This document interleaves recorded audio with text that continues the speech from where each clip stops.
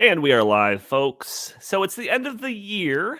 So instead of the standard topics we tend to cover on this podcast, we're going to use this occasion to talk about movies, TV, pop culture in general. Was 2022 a turning point for the streaming service model? Did Tom Cruise put a stake in the heart of woke Hollywood? And will Avatar 2 turn a profit? We're going to be talking about all of this and more with our special guest, Christian Toto, on episode 378 of the In the Tank podcast.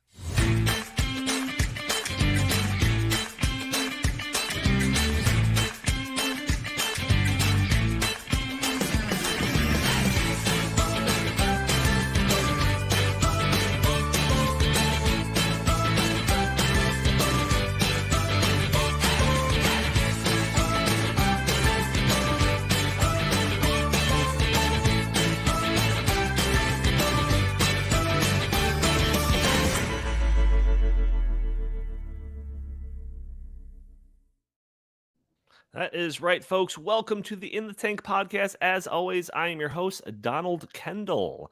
Joining me today, I've got Jim Lakely, VP of the Heartland Institute. How are you doing today, good sir? I'm doing just great. I hope everybody listening and on the program today had a very Merry Christmas. I did. Fantastic. And our special guest for the end of the year podcast. This is the third time in a row that we've had you for the end of the year, the last episode of the year. Christian Toto, who is a film critic and creator of Hollywood in Toto. You can find his work at hollywoodintoto.com. Christian, thank you for being with us. I think I'm a tradition now. Three times in a row. That's you can't fake that. I think that's the longest running tradition we have on the podcast. So you should. Well, I mean, other than your jokes not being funny, that's good point. But Yes, that's a daily one. Weekly one. All right. So before we get into anything, though, I do have to put that message out there to all of our audio only listeners that are probably catching the show on a Friday or later. You can join us a day earlier on Thursdays at noon Central Time on YouTube or Rumble or Twitter or Facebook, and join us live and throw your comments and questions in the live chat. Maybe we'll throw your comments on screen. Maybe we'll address your questions on the fly. Also, a little bit more housekeeping thing, just one more item. We are about, I think, less than 2 months away from the Heartland Institute's 15th International Conference on Climate Change, taking place on February 23rd to the 25th in Orlando, Florida. Tickets are still available. If you want to secure your tickets now, you can go to heartland.org, and there's a little featured image there at the top you can click on, or you can go to climateconference.heartland.org for more information about that. Jim, I keep seeing these emails going around about this conference, and it seems like you're securing more and more interesting guests and events for the event. Anything you want to elaborate on? Well, I mean, there's an early bird rate. You get a discount if you. So when you see the ball drop in Times Square, that's when our early bird discount ends. So it ends at midnight on New Year's Eve. So if you want to save a little money and get to this conference, it's going to be fantastic. I just get more excited each day as we book more big name speakers. I mentioned on the podcast last week, one of the gentlemen we have speaking is a man named Jeff Clark. He headed up the environmental and gosh, I just wrote it down too, and I can't remember exact title, but he was in the Justice Department of the Trump administration, and he basically ran the environmental and natural resources. That's it. Division of the Department of Justice. He was instrumental in getting the landmark West Virginia versus EPA case seen before the Supreme Court, which was a victory for reining in an out of control environmental protection agency. And what's troubling is that the Biden administration is pretending pretty much that that decision was never handed down by the Supreme Court and are just moving along, imposing their policies anyway, despite the fact that West Virginia EPA was supposed to rein in that kind of abuse of power by the administrative state. So he will be there to talk about that. We have some of the top scientists in the world that'll be there that do not believe that humans are causing a climate crisis.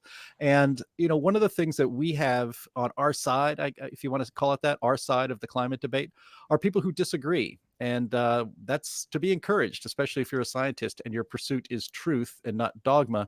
And so we're going to have a kind of interesting debate on taxing carbon dioxide emissions. Most people who are climate realists, as we call ourselves, are against taxing carbon dioxide as a way to reduce how much CO2 we put into the atmosphere as a society. But some on our side think it's a good idea. It's been sold, or it's being sold by many as a market-based solution to reduce carbon dioxide emissions. And so we're going to have one person who is, again, on our side of the debate on just about all the other questions, in favor of a carbon dioxide tax, and somebody on the other side. And so that alone will be a very interesting conversation. But if you can't come to Orlando, Florida from February 23rd to the 25th to be there in person, all of it will be live streamed on Heartland's YouTube page. That's youtube.com/The Heartland Institute. So I hope, even if you can't be there in person, you'll enjoy this fantastic conference in a couple of months. Yeah, and if you are north of the Mason-Dixon line in the middle of February, I think you're going to want to be down in Florida. So there's instead of freezing up here in Chicago with all of us. But so anyways, a lot of stuff to talk about here. This is a special episode, like I said, get to talk about some of the stuff I like, wearing my little Star Wars sweater here. Fairly new sweater. So I want to get into all of this stuff and more. Like I teased in the intro, I want to talk about the rough patch that the streaming services seem to be going through, the reemergence, seemingly, of the theaters post-COVID. I want to talk about Top Gun, Star Wars, the industry itself. However, the thumbnail of this video has Avatar featured pretty prominently. Obviously, this is the biggest movie out there right now. I think it has raked in more than $1 billion in its first 12 days. So it's on a good trend to make some money here. So I think we should start off talking about this. So just in time for the podcast, I saw Avatar 2 yesterday. So it's fresh in my mind. I can talk all day about it if we wanted to. We won't. Please don't. But we could. So this is James Cameron's sequel to the record-smashing original that came out 13 years ago. The original crushed. I think in its original 2009 run, it made $2.7 billion. And since then, James Cameron has spent a decade of his life setting up a franchise for this movie. So before we discuss Avatar 2, Christian, I'm curious about your thoughts on the original that came out so long ago. What were your thoughts about that? I felt similarly to what I felt about this film. Visually spectacular, some great action scenes. The 3D is actually good and worthwhile. I hate 3D in general, but I thought that James Cameron knows what to do with that technology. But, do we love these characters? Is the story so compelling we need to watch it again and again? I certainly don't think so. And, it's funny, he wanted this to be a franchise. He wanted to tell different stories within this universe. But to me, it's the same story as the first time. Evil humans, try to plunder this planet and wipe out the locals, and the locals fight back. I mean, it's a very simple story again, but there's something that he is a showman. And I think that on both films, they're fun to watch, undeniably. So, it's the critic in me complains about the dialogue and this and that, but it's a roller coaster ride, both of them. Now, has your mind changed about the original since you originally saw it to today, or was it pretty much consistent throughout? I guess it would be consistent. I haven't seen it recently. I've probably seen it about 3 times since it first came into theaters in 2009. It's certainly less fun to watch at home. It's more fun in the theaters. And watching the new one, I just was, I don't know if my jaw was literally dropping, but it just looks so beautiful. It's so majestic. It's so lush. And what I like about the movie is that, it's 90% of it is digital. There is some interaction with human and digital characters, but it felt very seamless to me. I never felt disconnected, like, oh, that's a special effect. It just, it's creating this world, and that's what Cameron does. He marshals the technology of the era to the best that anyone can do. Yeah, I remember when I saw the first one. Now, granted, this is 13 years ago. This is a much younger Donald Kendall than you viewers know today. But I remember leaving the theater and being like, that movie changed my life. Like, it was like a pseudo religious experience seeing that movie. And that goes along with just the incredible effects and the 3D that was just like groundbreaking at that time. I don't like 3D either. And there was actually times where I'd seen 3D movies on accident. I'm like, oh crap, it's 3D. But that one like just absolutely killed it. So I loved the first movie. But then like a year passed and it came out on DVD. And I remember my somebody in my family had gotten it on DVD, and we borrowed it because I loved it so much. I only saw it the one time in theaters. So we put the DVD in, and we got about 15, 20 minutes into it. And I was just like, do you want to watch something else? And since then, I have never revisited Pandora. I've never turned on Avatar again. And just like I had a growing apathy towards the franchise in general, leading up to about a couple of months ago when this movie was coming out. And I couldn't care less about it. But then, like, people started talking about it. Oh, it's actually pretty good, I was like, all right, you know what? I'm going to see it because I like the first one in theaters. I know that the experience isn't going to be the same seeing it on just like my TV in my living room. So we went out and saw it. And I really like the movie. I'm sorry, everybody. Everyone that's tuning into this, hoping that I'm going to like hate on it or something like that. I actually really liked it. The visuals are like you said, stunning, just like the first one, to a whole new level. Even the thematically, I thought it was like a beautiful film. You talk about in your review some of the family dynamics that are in this one that are not so much in the first one. All of these things just like made me actually care about the movie. Now, of course, I've got a whole lot of negatives that we can get into, but if you want to talk about some of those themes of like the family and the father-son relationship that seems to be pretty prominent in this. Yeah, I mean, this is a pro-family movie, full stop. I don't know how you could argue any way against that. It's about this really tight-knit clan. They will do anything for each other. The parents will sacrifice. They will, they're very strict with the kids when they have to be. They love them beyond measure. They're willing to do whatever it takes to save them, to rescue them, to save their fellow Pandora natives, to save their new friends who are living near the water. So from all those points of view, it's very interesting. We kind of, people on the right kind of complain about Hollywood and say, well, it's not respecting the nuclear family, and it's got this message and that message. Well, James Cameron can be as woke as possible when he talks to the press, and he is. We could even get into that if you want to. Yes. But when it comes to actually making the movies, he knows what matters. And what matters is the razzle dazzle, obviously, but also this tight-knit family, and now we have to root for them. We have to, we fear when they're in harm's way, and we love it when they reunite, and we mourn when they mourn. And those sort of basic block elements are right in the story. And I think that's in his DNA as well. Cameron's got a lot of flaws as a filmmaker, but he gets it. And I think it's one of the reasons why his movie's doing so well. Yeah, so I've been a big James Cameron fan in general. Terminator 2 is my favorite movie of all time. But I know his limitations. I know, first off, you can't even deny that he's like up there, at least in talks about like the Mount Rushmore of filmmaking. He broke all the records over and over again. Titanic was just incredible success, box office wise, even when everyone was naysaying it. It stayed in theaters for over a year or something crazy like that. Avatar comes out, just smashes everything. It wasn't some culmination Marvel event after 20 movies building up to Endgame or anything like that. Just one movie, crushed it. Like I said, 2.6 billion, nearing $3 billion now. And then this movie is already north of $1 billion with just in 12 days. But I saw a comment that Jim put up on screen. Somebody commented that James Cameron is more about making spectacle than like a good movie. And I think that is true. And that's me. That's coming from a big James Cameron fan. I think that you can critique his movies by saying that the actual storyline are generally kind of shallow. I mean, you recapped with the storyline of this movie and Avatar 1 in like 3 sentences. I mean, we could talk about Titanic, which I think one of my favorite like movie review people outside of you talked about how Titanic was simultaneously one of the best movies ever made and one of the worst movies ever made at the same time, because like there is real movie magic going on there when you're seeing and living within the Titanic for 2.5 hours or however long that movie was.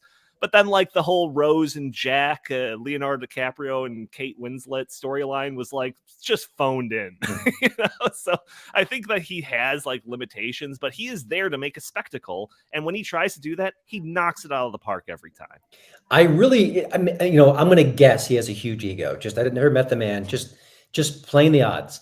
But wouldn't it be great if a James Cameron can make a movie like this and maybe within the production kind of call in a fellow filmmaker, maybe a great screenwriter, and say to him or her, what can you do? What's missing here? What's wrong with the story? How can you improve it? How can you spit polish what I'm trying to present to the world? And those two people, or maybe even more, would collaborate and make this movie that had all the spectacle that James Cameron brings, but some of the gravitas, the sort of the heartfelt dialogue, the interesting themes that another filmmaker could bring to the table. And I just wish that would happen. And Quentin Tarantino has a similar problem. His movies go on too long. The scenes go on too long. If someone came in and said, "Hey, Quentin, can you just maybe tighten this up, maybe tweak this even better?" But that's what you get when you have these big egos with big talents, and they bring wonderful things to the screen, but they're flawed, and it's frustrating because it seems so easy to fix. In this movie, some of the dialogue, I mean, it's so anachronistic. I mean, I know it's fantasy. We have to swallow, there's disbelief involved here, but some of it's just so cloying. And I think if my memory serves, you just saw the movie, you can maybe know it better than I. I think someone says, "Show me the money" at some point. The movie is dripping in cliche. I mean, that's coming from somebody that's going to give it a positive review overall. Yeah. But there was certain points where there was at least 5 points during the movie, probably way more than that, where I kept turning to her, rolling my eyes, and then looking back at the screen. I have written here just a couple of examples. Okay. One of them, the main villain, is talking to his, group of soldiers, mercenary types, and he's like, before they land, he's like, "Listen, we're not in Kansas anymore." And I'm just like, oh my God, can we have one movie about this type of stuff that doesn't have that line in it? There was another moment where one of the main character's kids is having trouble fitting in, and she says, "Why can't I just be like everybody else?" or something like that. I was just like, oh my gosh, there was so many elements of just I mean, even some of the relationships, we talked about the family dynamic and all of that, but like the younger son not being able to live up to the father's wishes, and just some of these things that are just like so like copy and pasted from other things are just littered throughout this movie. But I think like James Cameron uses those things to attain that spectacle that he's reaching for. We don't have to get like dragged down into the nuance of a certain character when he's just there to fill a certain role.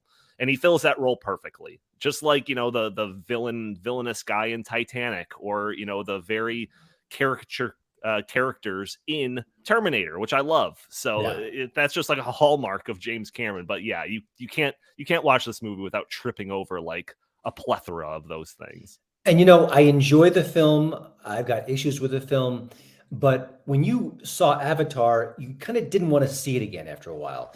And it sounds like on paper you weren't enthusiastic about the story continuing. You were just curious as a filmmaker about the spectacle. You love James Cameron. At the end of this movie, I'm thinking, do I have this great impetus to see the third film? I don't even remember. I don't even remember the ending of this movie. It just sort of ends, and there's something that happens where you'll see certain villainous figures again. Yeah. But you really want a movie like this to end with both a finale and a sense like, I can't wait for the next chapter. Sure. And I have none of that. And I guess maybe it's James Cameron's brand that he doesn't even need that anymore. It's a James Cameron movie. You know what he's going to bring it. And it doesn't even matter if the story is or is not so compelling. You want to see more, because I guarantee Avatar 3 is going to have a huge opening weekend. Guarantee it. Oh, sure. Well, and that's kind of my next question is like, what do you think the legs on this type of thing is? Because the first movie, I said it twice already, made $2.6 billion in its initial run.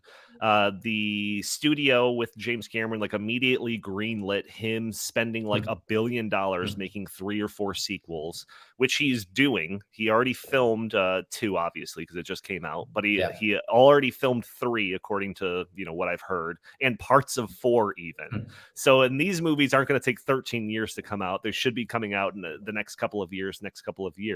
So, does this franchise like have the ability to sustain itself at such a high level? That's kind of my question for you. Yeah, I mean, even James Cameron says he doesn't know, and he may cut short the franchise if it's not being profitable, if the money isn't there. And I think the craziest thing about everything in this conversation is this movie, and he has said it, maybe he's exaggerating, needs to make $2 billion to turn a profit. Now that's insane. the fact that it rushed to 1 billion, everyone's like, yay, yay, but we're not there yet. Mhm. So the whole system that's in place here is that a film has to be so staggeringly successful to kind of warrant more stories. And that's not really the way it should be. Listen, there are expensive movies. If you're going to recreate something, if you need CGI, you gotta pay a big bill. I get that. But it just seems unreal that a film needs to make 2 billion globally just to be deemed successful. So it's hard to wrap my head around that. But I also think there's not much competition out there. I think maybe the new Ant-Man movie is 2 months away. So he's going to have week after week after week to kind of make some cash with nothing else that brings that excitement like Avatar does. So I think there's a good chance. Yeah, I like I said, I have a general apathy towards the franchise, even though I've seen and really like the first one and the second one. But yeah, like, is my enthusiasm going to be there for the third one? I don't know. I guess we'll see when the trailers start coming out. But yeah, I I don't know. Jim, you were going to jump in? Yeah. I mean, I haven't seen it. And as Christian knows, my record of predicting box office like a bomb or a hit is bad. Christian Toto knows this very well. I was on his podcast years ago, and I said that Captain Marvel would be a bomb. It wouldn't make $1 billion. I was wrong about that. In a text thread with Donnie and some of our friends, I said that Avatar: The Way of Water would probably finish around 600 million tops. Of course, they smashed that in like 2 days. So I was wrong about that as well. But so Christian, you liked the movie in general. Donnie loves the movie because he has terrible taste. So he doesn't, really. You Christian, though, you see the nuances that are missed by a lot of other people, I suppose. But what I find is you don't remember the ending. You just saw it, Christian, and you can't really recall the ending. The dialogue is laughably bad. The idea of James Cameron calling in even just an almost amateur fanfic Right. doctor would probably be better than the dialogue that he has in his movies. And I have a third question. Are they still looking after unobtainium? I mean, the idea that he called the mineral that they're trying to go for, that they're exploiting Pandora for, unobtainium, is so absurd that to me, it disqualifies the entire thing. Now, I saw Avatar 1. I saw it in 3D. It's the only 3D movie I've ever seen. It was a visual spectacle. But I was extremely skeptical of the idea that Avatar, the sequel, coming out 13 years later, was going to be a big hit because, Avatar, while it was the most successful, the biggest blockbuster money-wise of all time, it didn't seem, as Donnie was saying, have any legs. I mean, people don't talk about the Avatar cinematic universe. They don't talk about it as this big thing that they can't wait to hear the rest of the story. And again, I haven't seen it, but as you've described, Christian, it's basically the same story a second time, right? I mean, it's the natives who are having their homeworld exploited by evil, white humans who just want to take their things and make it for money and all that stuff.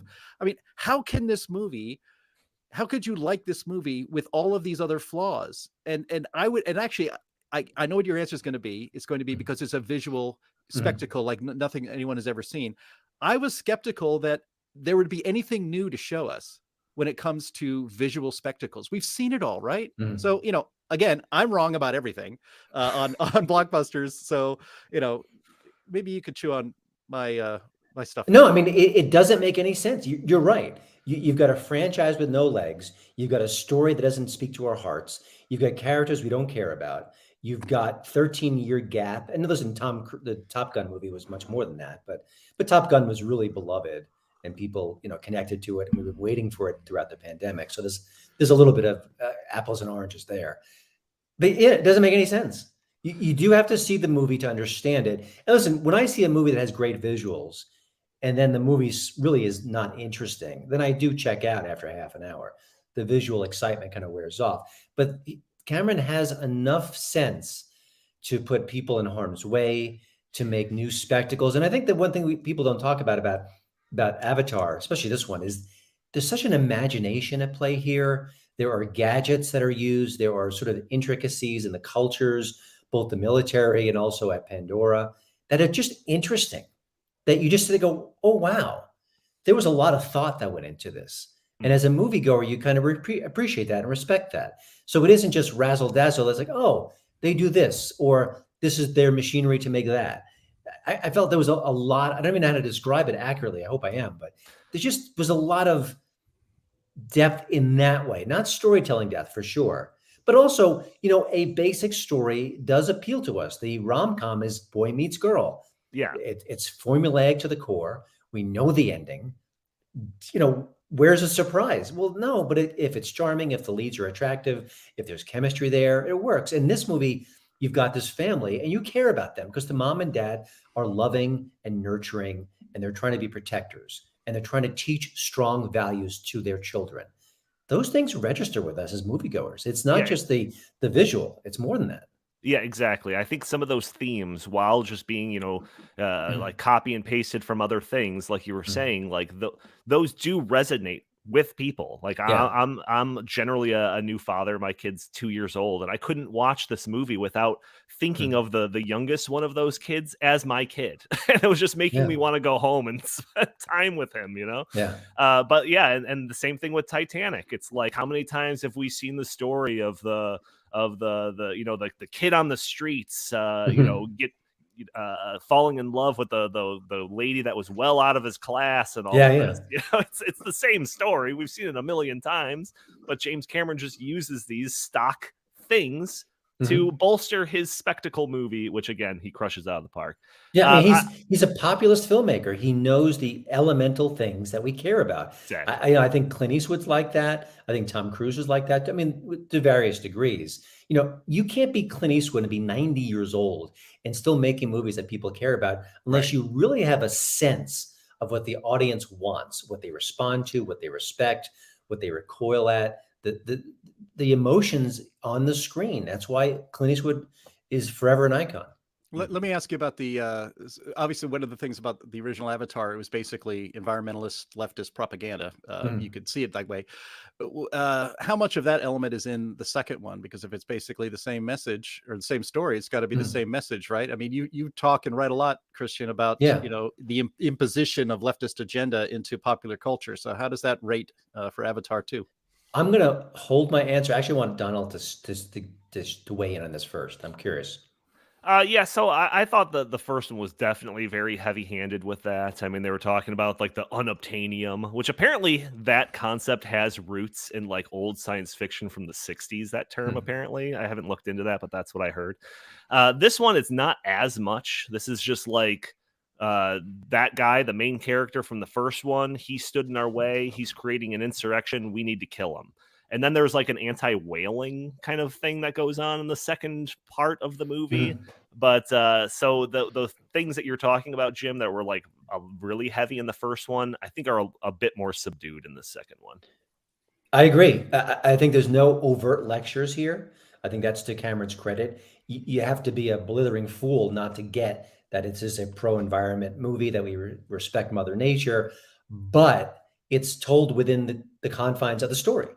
It's these characters interacting with nature, and this is why it matters. And it didn't feel heavy-handed to me. I mean, you know where he's going with it for sure, but I give him credit. If you're gonna have those themes, and every filmmaker can have as many themes as he or she wants. That's just what stories are all about. But just don't make it obvious. Don't make it heavy-handed. I think they actually, in a way, he pulled back a bit and just let the story leave the message in an entertaining fashion. And I think it mostly succeeds. Yeah. So we'll see how it does. I think a lot of estimates are suggesting it's gonna do somewhere between 1.5 billion and $2 billion, depending on how long this kind of stretches out, how long the viewer drop off is, or how steep it is, I guess, over the next couple of weeks. Yeah. But James Cameron, man, never bet against James Cameron. So. All right, I want to get to kind of what our main topic is supposed to be about, which is streaming services, and are they in decline? So over the past couple of episodes that we did with you, Christian, we talked a lot about streaming services. Now, granted, this was kind of in the middle of COVID, and no one was able to go to theaters, so they kind of had an artificial push to have content being pushed right into your living room via streaming services.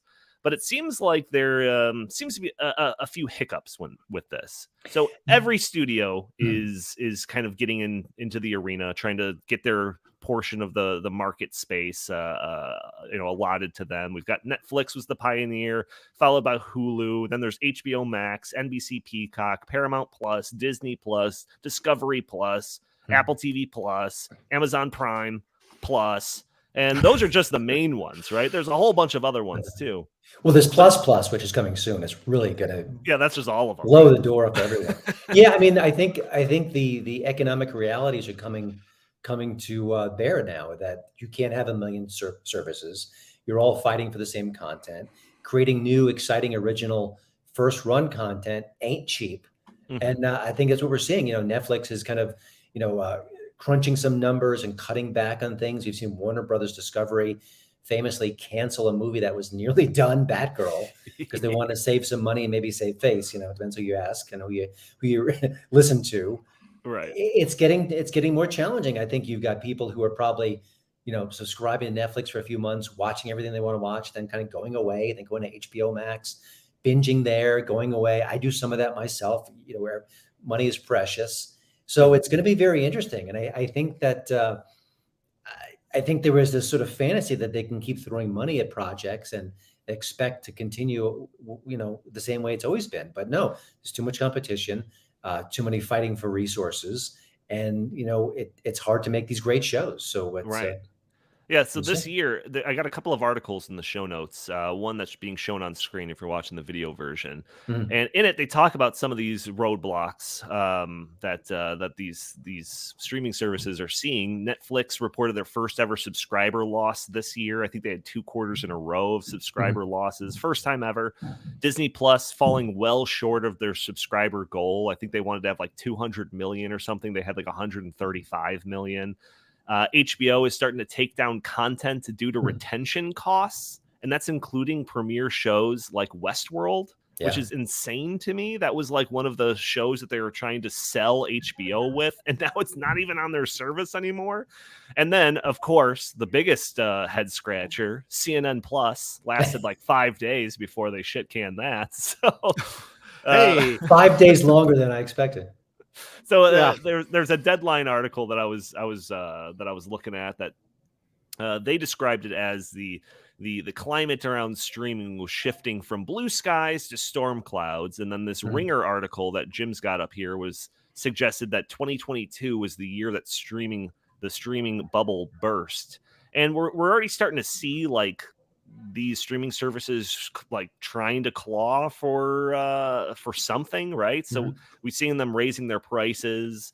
Netflix is introducing an ad-supported version. Some of these places are clamping down on password sharing. Do you think that this is going to be enough, or is this an unsustainable model right now? This is the area of Hollywood and entertainment that I'm the least savvy on, sort of the behind the scenes numbers crunching. I can't give definitive answers because I don't know the books. I don't have the financial savvy, but I think you're seeing sort of the signs that there's trouble ahead and the signs that this can't go on forever. And that's important to note. And I really applauded Netflix earlier this year when they stood behind Dave Chappelle and said, we're going to support him. We're not going to take down the controversial special he did. We're going to keep making projects with Dave Chappelle. Then you could say, bravo, that's free speech 101. Or Netflix said, oh my gosh, we need more money. Dave Chappelle specials make money. We can't just cut him away. So whether it was, for noble reasons or practical reasons, it happened. And so that does matter. And then a few months later, we had Ricky Gervais, poking fun at elements of the trans community in ways that would get a lot of people canceled. And there was hardly an eyebrow raised over it. And Netflix certainly stood by him and will make more stuff with him. So, I think they're saying, woke is woke, but we got to make some money here. And, I think that what we're seeing at Warner Bros. Discovery is really kind of shocking. And I've heard other people say that, with something like Westworld, what they can do is instead of expending money to have it on their service, they could license it out to a competing platform and make money that way. So instead of losing some money with limited views, they can make money by putting it out there and kind of licensing it out. So we may see some of that collaboration on just as a means of survival. But I also think maybe some of these platforms will kind of join forces. We'll have to see. Yeah, I heard on another podcast that I don't know the accuracy of it, but I have no reason really to doubt it, that in 2022, more than 2,000 new television shows or products were produced. I mean, that's amazing. I'm like, Yeah, 2,000 and half of those were Marvel and Star Wars things. I would think half of those are Marvel and Star Wars, and it seems, I think it's an interesting discussion about where streaming is. I mean, have we reached, is it matured yet? I guess I should say. I mean, I think if you're making 2,000 different productions to put out there on streaming, perhaps we aren't mature yet, because that's way too many. There isn't a market for it. I think people are still trying to just flood the zone and try to get lucky, but Disney's stock, I think, is down 50% at least. It's either 45% or 65%. I actually can't remember. So let's just say it's down by half this year. Of course, they brought in Bob Iger, who, created modern Disney, retired, handed the reins over to Bob Chapek, who was allowed to be CEO for maybe about 20 minutes without Bob Iger actually looking over his shoulder and telling him what to do. And then he just said, get out of here. I'll take over again. And so, but Disney Plus has, I think, lost at least $3 billion. I mean, it hasn't made up the cost of producing it and buying all of the content for it. And I remember, and Donnie and I have talked about this. I remember talking to, or watching like the shareholder meetings, that they have, the presentations, right? And you had at that time Bob Chapek out there and Kathleen Kennedy, and they're telling all the shareholders, like, all these things we're going to do. We bought Star Wars, and we're not just going to make a trilogy. We're going to produce 15 different television shows about characters you've never heard of or don't care about. And it seems to me, when you spend $4 billion buying Lucasfilm for the rights to Star Wars forever, it's not good enough to your shareholders to say, we're just going to make we're going to make a great 3-movie trilogy, and continuing the story or telling a new story in the Star Wars universe. You didn't pay $4 billion for that. You paid so that you could do 25 different products all coming out at the same time. And in my mind, that was an enormous mistake, because there aren't enough good creative people in Hollywood to actually produce 20 good Star Wars different shows and episodes, especially when some of these shows are, 15 episodes long or 10 episodes long. You don't have the creative firepower to do this. So Disney paid $4 billion for Star Wars and then ruined it, not just with the trilogy, but by trying to flood the zone and justify its cost by producing all these things that they imagined were going to be huge hits and make them lots of money. And it's actually turned out the opposite. They ended up spending all of this money to make all of this product that the people didn't want. And to me, that's the maturity of the streaming market, because, Disney is learning the hard way that you have to produce good product. You have to release it on a good schedule, and you have to figure out what your audience actually wants, and not just producing, maybe your own woke agenda, pushing a leftist agenda through these properties that everybody likes.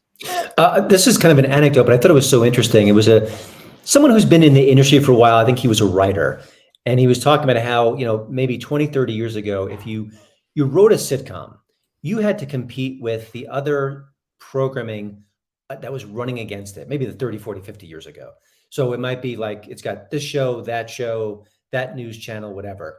When you write a show today, you've got to compete against everything that has ever been recorded in the last 90 years. Because if it's Tubi, if it's Pluto TV, if it's HBO Max, if it's Netflix, there's so much content. And I just thought that was such a sobering point of view. Right. That if you sit down to write something, a story of any kind, that the competition is not. Don't even mention the fact that 2,000 shows were written this year, whatever the incredible number is.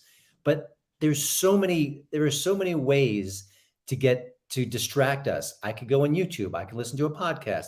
I could watch I Love Lucy from the 1950s. My gosh, yeah. It's such a weird world we live. And again, you can do it all like that in a right. second. To that point, like the show that we're currently watching, like we put on when we're getting ready for bed, is Seinfeld. Like, forget all those 2000 shows that came out this year. Yeah. I'm watching Seinfeld from like the early 90s. Like, how you gonna compete with that? Turn It on a is amazing. podcast for free on YouTube, an hour long every week or Yeah. something. Well, it's because it holds up. It's good. Yeah. and it holds up, especially compared to a lot of new comedies, in my opinion. And I would, to get back to what Jim was saying about the Star Wars. I mean, you kind of get what they were doing there. You've got this franchise, you've got this universe, you can put stories within the universe.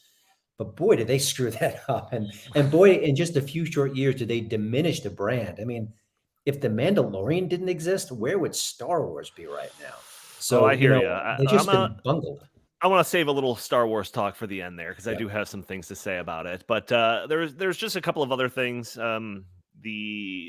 There was in one of the articles that I was reading about just kind of the troubles that streaming is in. They were quoting a media analyst from Morgan Stanley saying, quote, "The industry is clearly heading into a new phase, one characterized by 1, cost rationalization, 2, consolidation of services and or companies, and 3, outright exits from the direct to consumer business."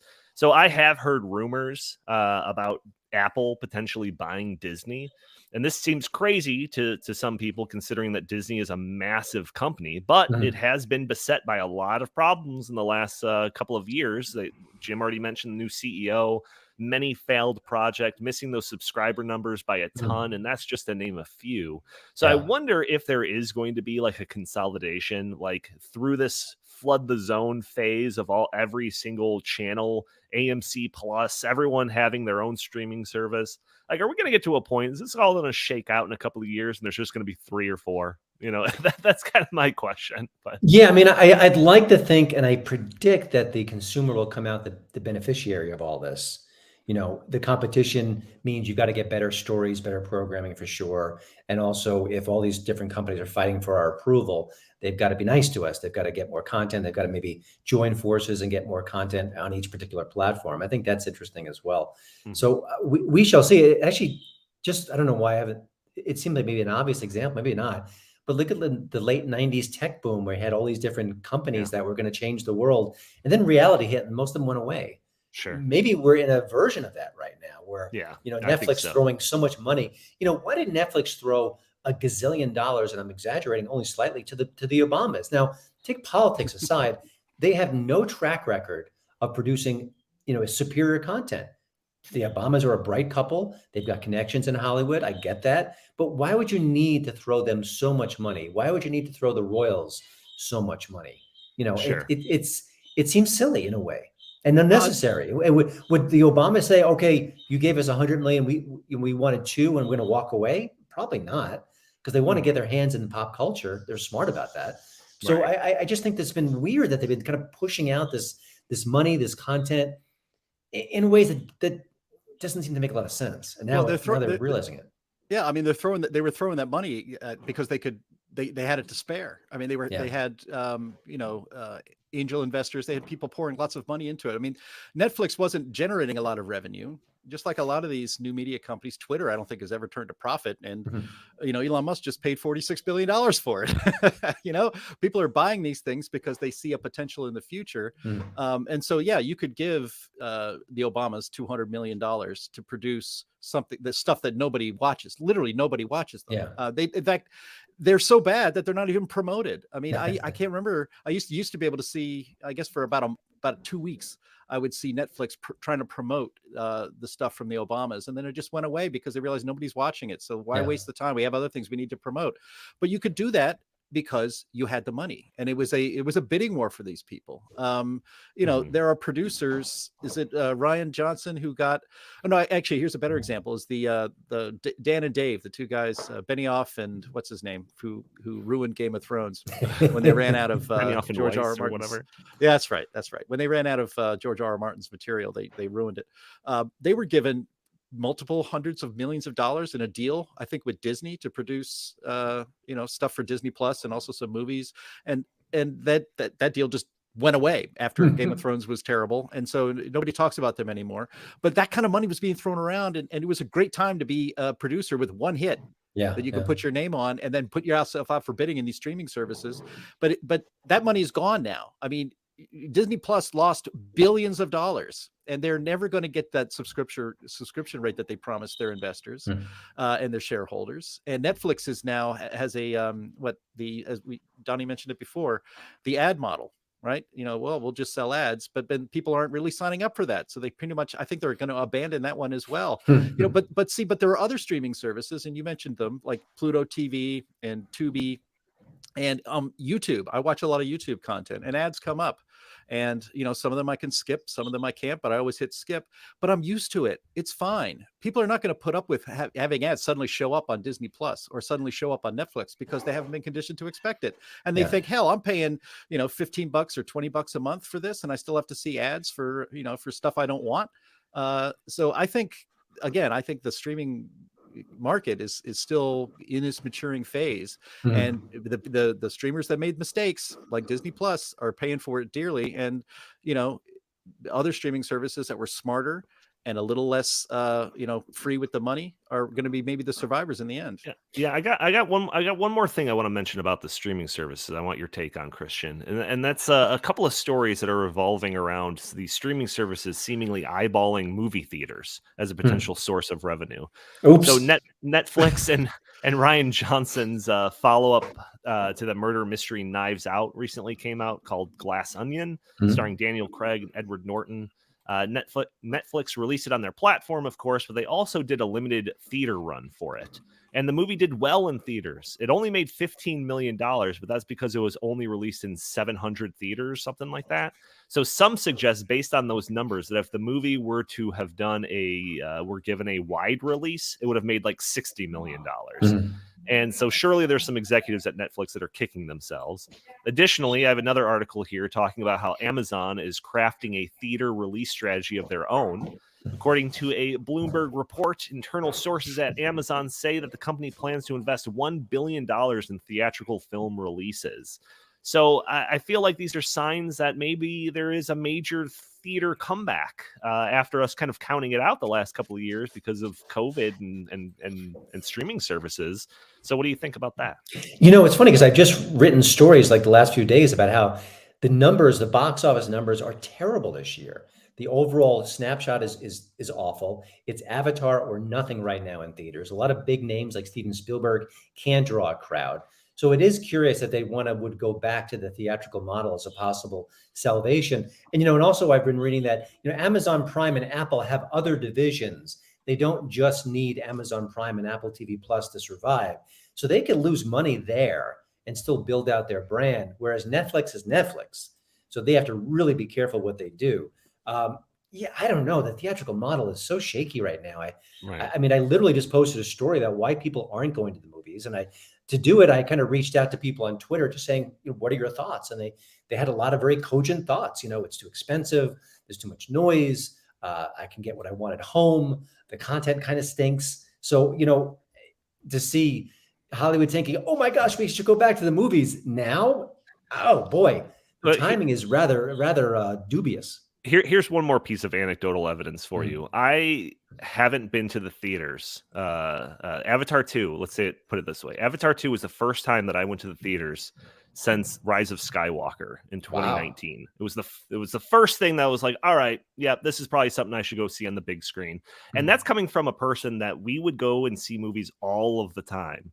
Now, of course, COVID and the fact that we had a kid recently were some of the more major reasons why we haven't gone to the movie theaters. But Avatar 2 was the first thing that pulled me back into it. And while I was sitting there, got in my seat, hit the reclining chair, had my popcorn and my drink and all of that, the lights go down, the trailers start going on. I'm like, I kind of miss this. So I don't know. I mean, maybe we'll see if this thing turns a corner, especially once we get out of the COVID era. But I do want to talk about Tom Cruise, Top Gun. Obviously, Top Gun, Jim pulled up that one list of all the biggest movies of the year. Top Gun is at the top of that list. You could say what you want about Tom Cruise. You mentioned some of this in the article that I have posted in the show notes here. Crazy Scientologist, jumping on couches, yelling at crew people, caught on a hot mic, all of the stuff that might make you not like this guy. But the man seemingly knows how to make an action movie.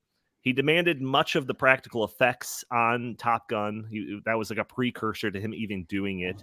He insists on doing his own stunts in the Mission Impossible movies, and he seemingly couldn't care less about catering to like this woke agenda that, you know, people on the right side of the aisle talk about.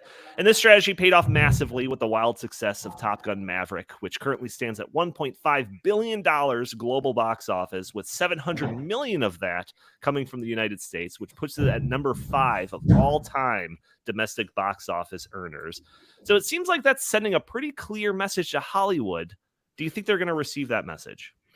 They'll receive the message that sequels do well, and they'll keep getting in the Tom Cruise business. But my line about Top Gun Maverick is that it was so apolitical, it was political. I don't think Hollywood is very slow to get certain messages. In the 2000s, when they had anti-war movie after anti-war movie after anti-war movie, they all bombed one worse than the next, and took like 8 of them before Hollywood said, we should stop making these movies. So I think it's going to take more than Top Gun to really kind of light the way. Yeah. But but you should learn lessons from the movie, and you should learn lessons from Tom Cruise, because the dude is a movie star. He focuses on being a movie star, and when he rants and raves on the set, it's because he's trying to make the best movie possible. And I think that, and recently he did this stunt. He put it on social media. He said, "Thank you for making Top Gun Maverick such a huge hit. I couldn't be more fortunate, full of gratitude." Right. How often do you hear that? Now, Dwayne Johnson does that sometimes, but when is, Leonardo DiCaprio coming out and saying, I just love the fans. I love the people who have made my dreams come true. Why don't we hear that more often? Instead, we get climate change or, Trump is evil. And you could have those thoughts, but some gratitude right now from Hollywood toward the people who make them super famous and who support their careers and their dreams would go a long way. And Tom Cruise knows that.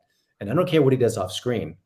He's a movie star. Was it Jennifer Lawrence that was claiming that she was like the first female action lead or something like that? It's like, one way that you could look at that is like, the public just wasn't ready for a female action lead. Forget Sigourney Weaver, forget Linda Hamilton or anything like that. Carrie Fisher. Exactly. Right. It's an absolute joke. Well, she stepped in it so badly with that quote, she actually had to publicly apologize. Although her apology was kind of lame too, but wow. Yeah, well, I mean, we're for those watching on YouTube, I'm playing the amazing clip. I think it's 9 minutes shared on Twitter of Tom Cruise doing his own stunts. In Mission Impossible, he rides a motorcycle off of a cliff, separates himself from the motorcycle, and base jumps for another several hundred feet, and then deploys his parachute.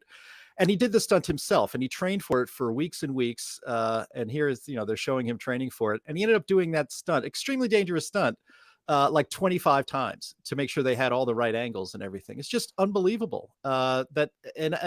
Yeah, I think Tom Cruise is probably the last movie star. I mean, maybe you could say that about Brad Pitt, but, has he really been in a blockbuster lately? Andrew Mackie, I think that's the character who plays the Falcon in the Marvel universe. Anthony Mackie, that's it. My fault. He had said, I saw, it was like some kind of round table or something, and he said, I'm not a movie star. Mackie is not a movie star. The Falcon is a movie star.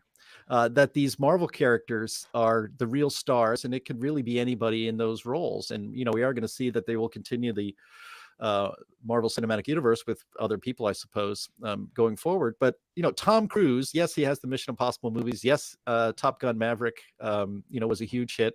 But it seems to me, and then here we are, we're still seeing him doing all of these jumps. He did like 500 jumps out of a helicopter to train for this. I mean, I think he's an adrenaline junkie myself, but, thank God he didn't kill himself, because there you go, 500 skydives. It's unbelievable. But he seems like the last guy, the last movie star, kind of like, Arnold Schwarzenegger, the last action hero. Do you think that's the case, Christian? Are we going to see anybody supplant Tom Cruise? He's 61 years old. He can't be jumping off cliffs for the next 20 years, I wouldn't think. He's very hard to replace. Clint Eastwood is about 91 or so. Yeah, I think maybe Chris Pratt. Gal Gadot has been apolitical and been sort of very positive. I think Kevin Hart is very positive in everything he shares on social media, and his sort of brand. Dwayne Johnson, I mentioned before, comes to mind. But yeah, they're the exceptions, Brad Pitt, mid-50s, looks as good as he ever did. Very talented guy, very funny. I just rewatched Burn After Reading. It's just a wonderful film, and he's great in it. But his Babylon just came out and it made no money, and he doesn't guarantee you fannies in the seats. He just doesn't. His Right. Bullet Train movie came out at the end of the summer, had no competition, and barely kind of eked over the $100 million mark. So it wasn't a flop, but it was not a big hit. Wasn't a franchise. Movie stars don't bring in the crowds that much anymore. And Tom Cruise is one of the very few people who can. And even Dwayne Johnson's Black Adam underperformed. There's no sequel plan. So that's Dwayne Johnson in a superhero movie. It's like the thing we've been waiting for. Didn't do it. So that's where we are. So we only have like 5 minutes left. Like I said, I want to bring up Star Wars, and I have a couple of just kind of quick questions for you at the end. So I'm a big Star Wars guy. I think everyone knows that by now. I was massively disappointed by the sequel trilogy. I liked the first one out the gate, but then the last two just didn't do it for me. Me too. But then Mandalorian fixed every problem that I had with Star Wars. That movie that show was everything that I wanted out of Star Wars, plus a little bit extra. Mhm. So then I was like, all right, well, maybe the TV shows is where it's at. The movies, not so much. Maybe it's the TV shows. So then Book of Boba Fett comes out, total dud, followed by a less than stellar Obi-Wan Kenobi. And then Andor comes out. Have you given up on Star Wars, or did you watch Andor? It's funny. I have not seen many of the shows. I saw The Mandalorian, but I've heard nothing but great things about Andor. And I don't think it's doing that well, which is very interesting.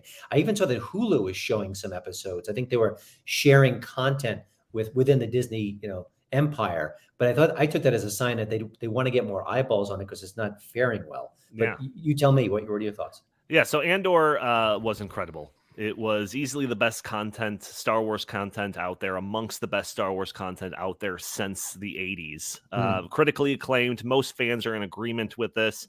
But like you said, it didn't seem to do well in terms of viewers. And I'm wondering if you have a theory as to why. And I think that Jim already kind of brought up a theory where it's just kind of that oversaturation. And again, when you have like a whole bunch of bad products that come out, then why am I going to consume the next product that you have? Is that generally kind of your take on it? Yeah, I mean, it's hard to disagree with that logic. I think also it sounds like a more intellectual, a little bit more nuanced, not as sort of razzle dazzle as other Star Wars projects. And you don't have a lot of beloved characters in there. I mean, I actually thought that Rogue One was quite good. And so I'm not surprised that Andor is similarly strong. But yeah, I mean, if you keep getting Star Wars shows and they don't deliver again and again, then you kind of shrug your shoulders at, the new one. So it's less special now. And it's really good. I highly recommend it. It's one of those shows where you actually have to pay attention to it. It's kind of the same thing with House of the Dragon. You're going to enjoy it more the more attention you pay to it. If you're on your phone fiddling around and you look up every time action happens, you're not going to enjoy the show. But yeah, I would highly, highly recommend anyone that likes Star Wars at all to check out Andor. Jim, do you have any comments on that, or should we get to some of my miscellaneous quick questions? I have nothing to add to that other than to say, I'm going to make an executive decision as executive producer of this show. And if Christian can stay an extra 10 minutes or so, I want to make sure we get to some of his best and favorites of the year and his recommendations for everybody. So, okay, great. Well, let's do that. Let's do that. That's my Star Wars thoughts. Boba Fett was a total bomb, in my opinion. I did not enjoy that. The Obi-Wan Kenobi was I think a victim of the fact that it was originally planned to be a movie. And they're like, no, we need more content for Disney Plus. Let's turn it into a 6-episode series. And it's like, if you trim that thing down to 2.5 hours, it would have been good. But then Andor is fantastic. So that's my Star Wars thoughts. I promised it in the thumbnail, so there it is. Miscellaneous questions. Like I said, it's the end of the year. So obviously, I'm sure that you've started to put together some of your favorite movies of the year and some of your worst movies of the year. Let's start off with some of your favorites. Yeah, Top Gun Maverick was atop my list, kind of no-brainer. I really enjoyed some horror movies this year. I thought Men was excellent. It was disturbing. It was original. It was scary. The title sounds woke and the elements of the movie are woke, but it's so engaging. I don't care. X, I thought, was just solid horror movie 101. And The Banshees of Inisherin, I thought, was excellent. Colin Farrell, maybe best performance ever. Really thoughtful meditation on friendship. I thought She Said was really good as well. That was the two reporters who helped bring down Harvey Weinstein. journalism is beyond corrupt in 2022. I hate to say that, but it is. And sort of going to the theater to see these two journalists do good work seems weird, but you know what? They did good work, and it's a good movie. So I recommend that one as well. And I Want You Back was a very, very enjoyable rom-com. That's an Amazon Prime original, Charlie Day and Jenny Slate.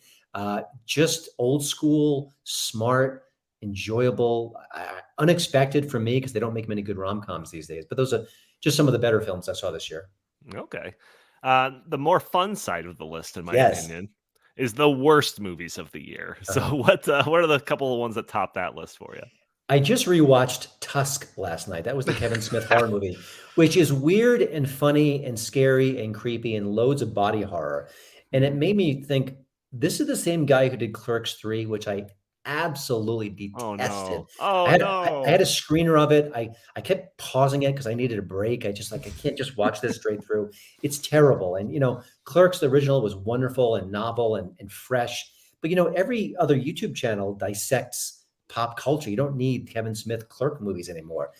An absolute shameful cash grab. I have not seen that one. I really liked Clerks 2, even though that's a pretty unpopular It was opinion. solid. It was okay. Yeah, I was okay with that. I like that one a lot. But then the Jane Silent Bob reboot was one of the worst Kevin Smith movies I have ever seen. So the fact that you're saying Clerks 3 is also terrible disappoints me, but it doesn't surprise me. Yeah, and the critics were not nearly as harsh on it as I was, but they're what it is to quote Raising Arizona. I thought Nope was a disaster. I love Jordan Peele. I thought that Us was good, and I thought Get Out was great.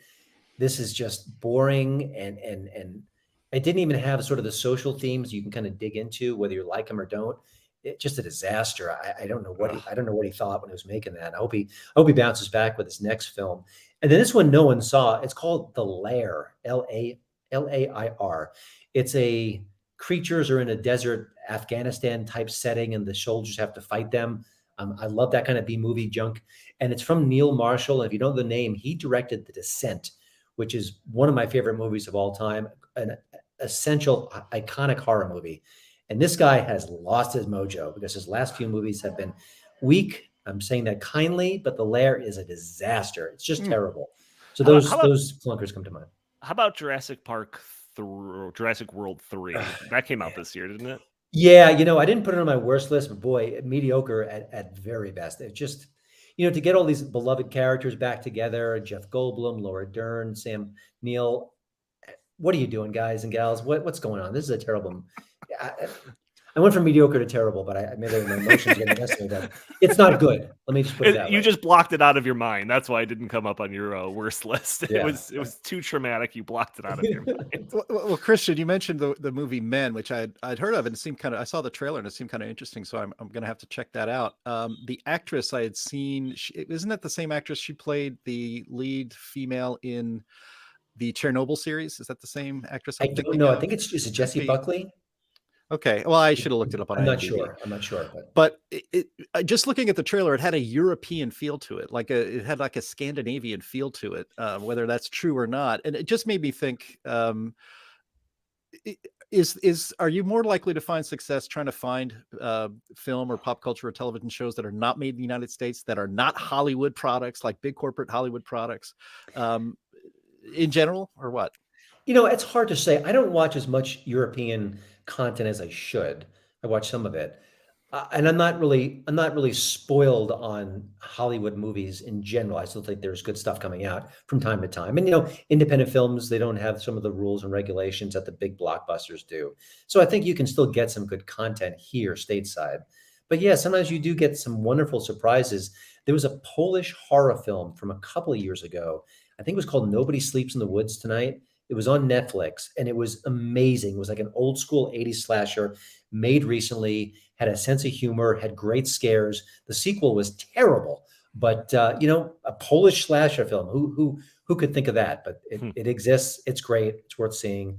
And I do give Netflix and other platforms credit, for they are reaching out across the seas, across the globe, bringing in some really great stories, like the Squid Games show, which was a little overrated, but still very enjoyable and clever and engaging, and was a sensation for the right reasons.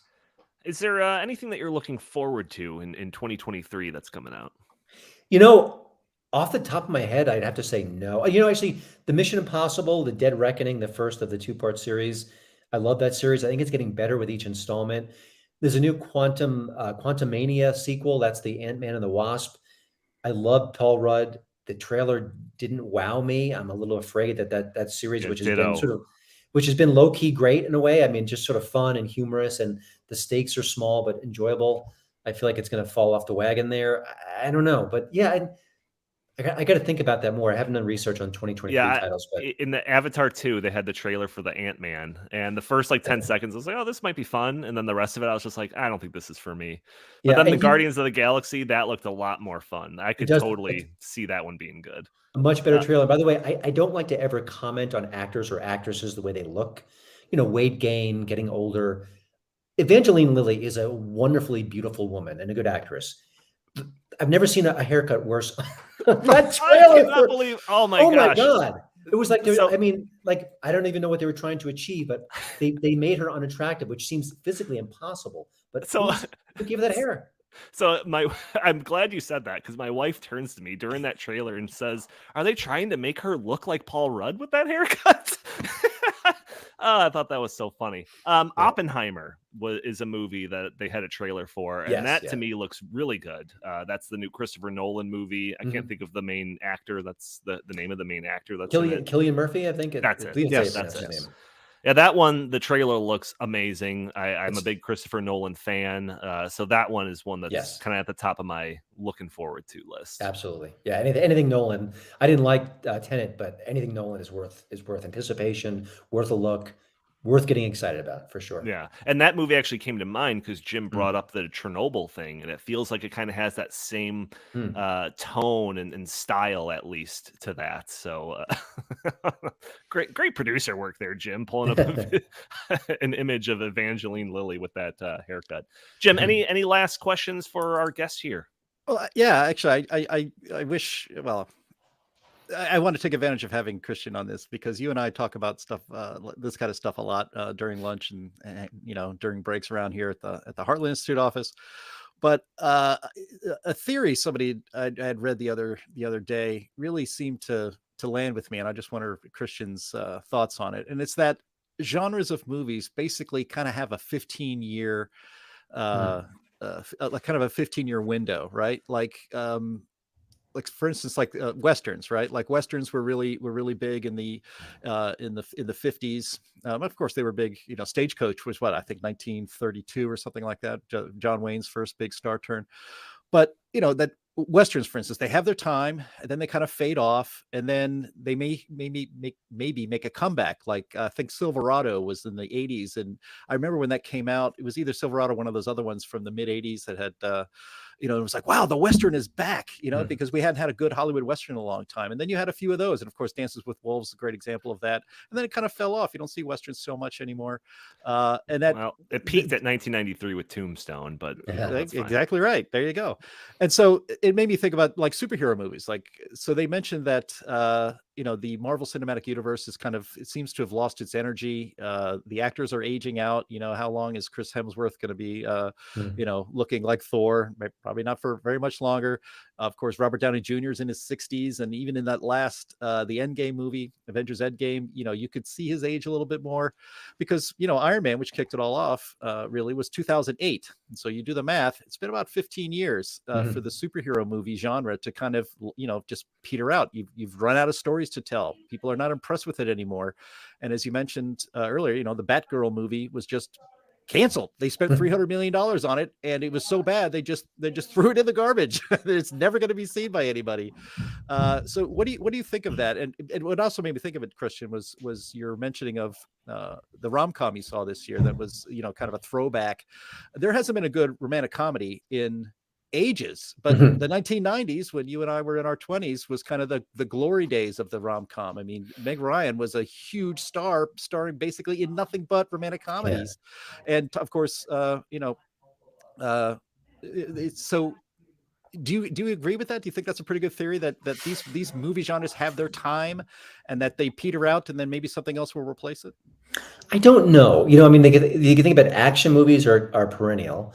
Westerns really have struggled to come back. We see a couple now and then, but I don't think they're back and haven't been that way in a while. And I don't know if I necessarily agree. I mean, I think the superhero one is very unique, and I do think that the creative energy is fading. I don't know why. Maybe it's just how many great stories can you tell? Maybe they just know that even mediocre superhero movies make money, so why even bother? I don't know. But there is something cultural that goes on, and that embraces a certain kind of story, and then it kind of fades to black. So yeah, I don't know if I agree, but it does overlap with reality to a certain degree. I mean, I'd love to see superhero films continue, just get better, just reclaim what they were, and we'll see what happens from there. But I'm actually pessimistic about it. I think I've seen too many. Listen, if you watch She-Hulk and you still think that superhero movies have a future, I got nothing for you, because it's an abomination of a show. So, no pun intended. So All right. yeah, I don't know. Well, we I don't are have an answer to that already one. we were already 10 minutes long of our hour-long show. We're already long on the 10 minutes long of our hour-long show. So I think we should probably wrap it up here. But I do want to thank everyone for tuning into this episode of the In the Tank podcast. You can find a new episode every week. And for those audio-only listeners, like I said, that are probably catching this on a Friday or later, you can join us a day earlier on Thursdays at noon Central Time and jump in the show, put in your own comments and questions. Maybe we'll show your comments on the screen. Maybe we'll address your questions on the fly. Also, if you would be so kind, you could help the show out by hitting that subscribe button, sharing this content, hitting the like button, even leaving a comment underneath the video on YouTube. All help break through the big tech algorithms that prevent content like this from being shown to more people. Yeah, that's pretty much it when it comes to that stuff. Christian Toto, I want to thank you for being on with us. Like I already mentioned, HollywoodinToto.com is where you can go. Is there anywhere else that people should go to see work from you? Yeah, I'm at Outkick.com, the Daily Wire, and my rebooted podcast should be in early February, the Hollywood and Toto podcast. Oh, fantastic. Awesome. Jim Likely, any kind words for the fine people? No, happy. No. No, I have no kind words for the people. Other than to say Happy New Year, everyone, and thanks for watching the show. All right. Thank you all for tuning in. We'll talk to you next week.